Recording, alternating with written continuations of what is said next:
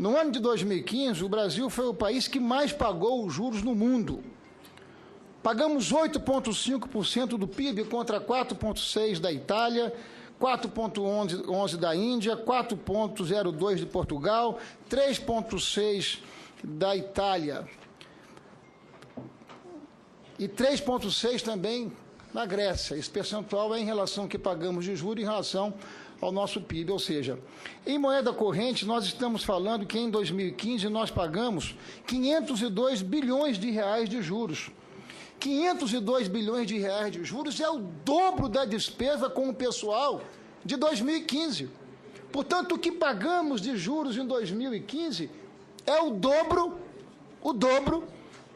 das despesas com o pessoal, ou seja, nós pagamos só de juros em 2015 o que custa todo o setor público brasileiro em relação ao pessoal por 2 anos seguintes.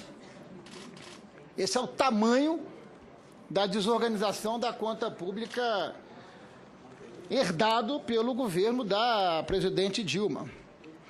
O processo de deterioração fiscal pegou fôlego, evidentemente, nos últimos anos, e a nossa dívida bruta saiu de 52% em 2010 para 66% em 2015, e há expectativas que possamos chegar em 85% em 2018. Entre os emergentes, só existem 4 países no mundo que possuem dívida bruta em relação ao PIB maior que o Brasil: a Hungria, a Croácia, o Egito e a Ucrânia. É disso que nós estamos falando.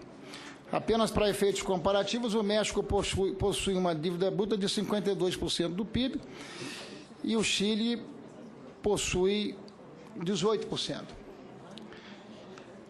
O que se questiona, ministro Diogo, não é a necessidade evidente de nós valorizarmos o servidor público brasileiro, motivarmos e estimularmos.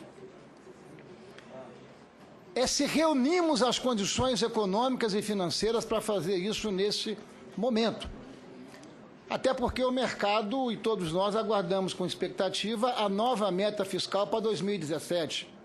E as especulações é de que a meta fiscal para 2017 não será inferior a 150 bilhões de reais. Portanto, nós estamos falando aqui de um impacto para os próximos 3 anos, bruto ou líquido, acima de 60 bilhões, de um dinheiro que nós não temos. Vamos ser francos e sinceros. Um dinheiro que nós vamos ter que captar no mercado para poder honrar esses compromissos que estamos assumindo para frente. Não é sem outra razão que o governo está propondo a PEC 241, que limita o gasto público, e quando se fala em gasto público, nós estamos falando aqui, evidentemente, em gastos para muito além daquilo que custa o servidor público brasileiro, mas eu estou dimensionando aqui o tamanho da desorganização do setor público brasileiro. Então, algumas questões que nós queremos aqui chamar a atenção de Vossa Senhoria e também do representante do CONFAS. Um dos projetos mais polêmicos que nós estamos tratando aqui é exatamente o projeto que aumenta o teto dos ministros do Supremo Tribunal Federal, o que eu considero absolutamente inconveniente e intempestivo num momento como esse, porque nós estamos vivendo numa circunstância, numa conjuntura de economia pós-guerra. E numa economia pós-guerra, você socializa os sacrifícios para o conjunto da sociedade brasileira. E ao elevarmos o teto dos ministros do Supremo Tribunal Federal, nós estamos abrindo espaço para aumentarmos os nossos salários, deputados federais, deputados estaduais, tribunais de contas, tribunais de justiça, desembargadores e juízes. O efeito cascata e da vinculação, ele gera impacto nos nossos estados e nos nossos municípios. Se nós cotejarmos aqui a relação dos gastos dos nossos tribunais de justiça com a Lei de Responsabilidade Fiscal, pelo menos 7 tribunais de justiça de 7 estados, inclusive o meu, estão acima do limite prudencial. E o limite prudencial, de acordo com a Lei de Responsabilidade Fiscal, já impõe um conjunto de restrições. Portanto, nós estaremos votando aqui aumentos que vão repercutir em nossos estados e que violam a lei de responsabilidade fiscal. O meu estado